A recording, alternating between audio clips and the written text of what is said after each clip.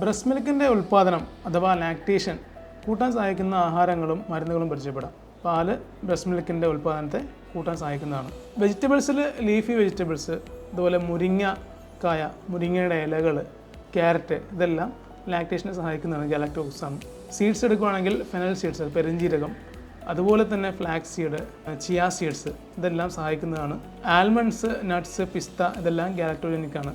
ഫ്രൂട്ട്സിൻ്റെ case എടുക്കുമ്പോൾ പച്ചക്കപ്പങ്ങ, അതുപോലെ തന്നെ ഓറഞ്ച് ഇതെല്ലാം മിൽക്ക് പ്രൊഡക്ഷനെ സഹായിക്കുന്നവയാണ്. ഡോക്ടറുടെ നിർദ്ദേശപ്രകാരം കഴിക്കേണ്ട കുറച്ച് കോമ്പിനേഷൻസും ആയുർവേദം അഡ്വൈസ് ചെയ്യുന്നുണ്ട്. അതിൽ പ്രധാനപ്പെട്ടാണ് സ്തന്യജനന മഹാകഷായം. ഒരു 10 ഡ്രഗ്സിൻ്റെ കോമ്പിനേഷനാണത്. അത് കൃത്യമായിട്ട് ഡോക്ടറുടെ നിർദ്ദേശപ്രകാരം നിങ്ങൾക്ക് വാങ്ങിച്ച് പ്രിപ്പയർ ചെയ്ത് കഴിക്കാവുന്നതാണ്.